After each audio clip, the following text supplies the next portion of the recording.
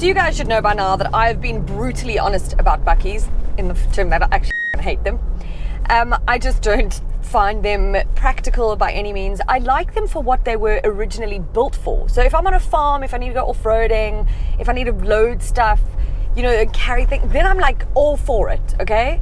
But the sort of leisure double cab thing just is not my vibe. I don't get it. I don't understand it. They're not practical. They're not great for a city. They suck for parking lots. However, I'm pretty much alone in this thinking because they are ever so popular. And I can put my journalistic cap on, okay, and become rather objective. But I also want to hear, because from the parents that are buying double cab bakkies at the moment for just leisure vibes, okay, they're not buying them because they live on a farm. They're like in the city, they live in Sea Point or Fresnay or Santon. I want to hear from those moms and dads, like, you know, tell me like how it is for you. What makes it practical? I can see why. I've got a baby seat in the back here, and it works putting Luca in and out because it's quite raised and everything, so that's quite cool. But just in terms then of like groceries and everything, you kind of always have to have then a cover on the back, but then everything rolls around and I've got to climb in and fetch everything. If you don't have a cover on the back, well, you can't do that here, I don't believe. And it's really bulky and big, so now if I want to pop to the shop like I did yesterday, I had to quickly go to the chemist because I've got a sick child. And so I took my husband's up instead because I wanted to nip to the shop. I wanted it to be a nippy experience. There's no nipping in a bakkie. Okay, so moms and dads, tell me how you really feel, okay? Because I'm going to tell you how I really feel. But now, objectively, I'm going to talk about this Navara, which I am actually quite enjoying.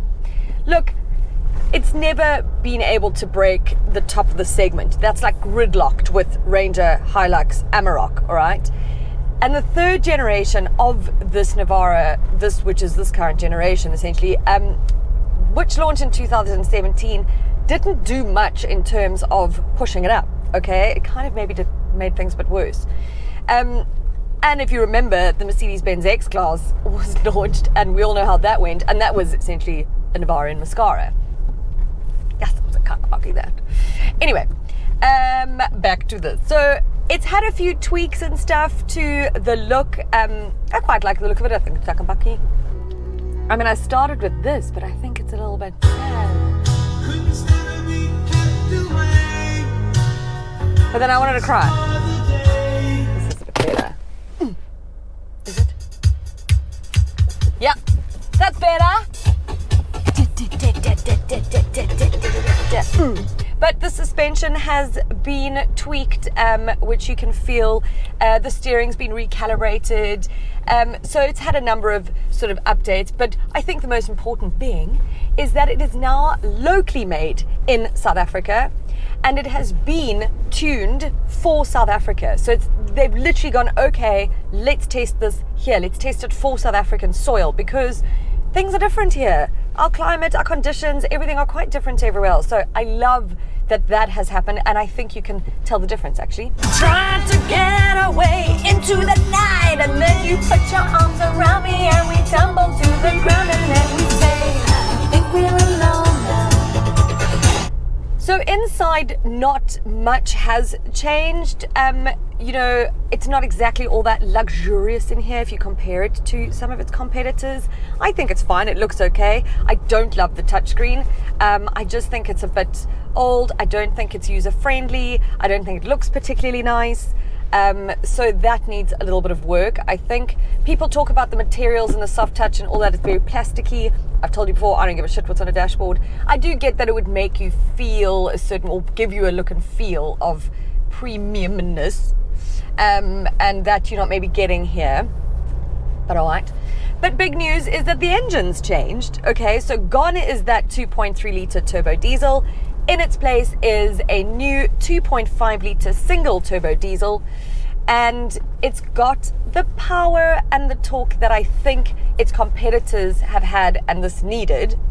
So in the Pro 2X 4x2, which is what I'm driving, the top spec models, it's got 140 kilowatts of power and 450 Newton meters of torque. Not 500 like some of the others, but I think that It's punchy enough, and the engine for me is kind of like most bakkies. I must be honest, they're quite grumbly. They stink when you're idling. I hate that smell of diesel. But this does feel somewhat refined. It's certainly got enough power to overtake when you're on the highway, which is, again, leisure. That's what you're going to be doing with it most of the time, aren't you? Or around town. But what is interesting is the fuel consumption is claimed at 8.1 litres per 100 Ks. I'm sitting at 9.4 litres.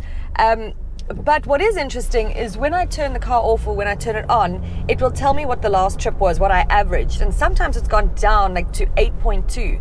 So I think if you do drive sort of mindfully, you can actually achieve or certainly get close to the claimed fuel consumption, which is fab.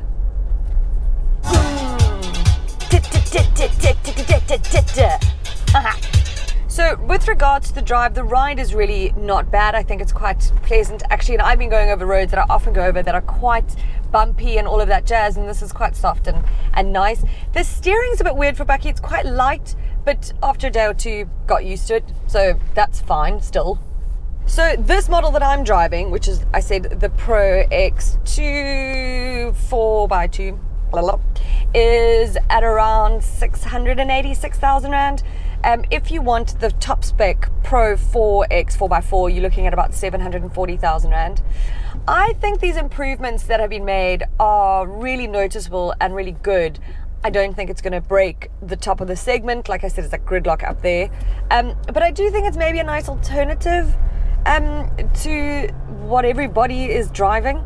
And almost said Mitsubishi. That's not great. Nissan has a pretty solid reputation. So whether it is sort of the workhorse single cab that you're after that starts at around 311,000 Rand or going up to these top spec models, I think you should give it a go. Can you hear music? It's not mine. Not mine. Running just as fast as we can, holding on to one another's hands, trying to get away into the night, and then you put your arms around me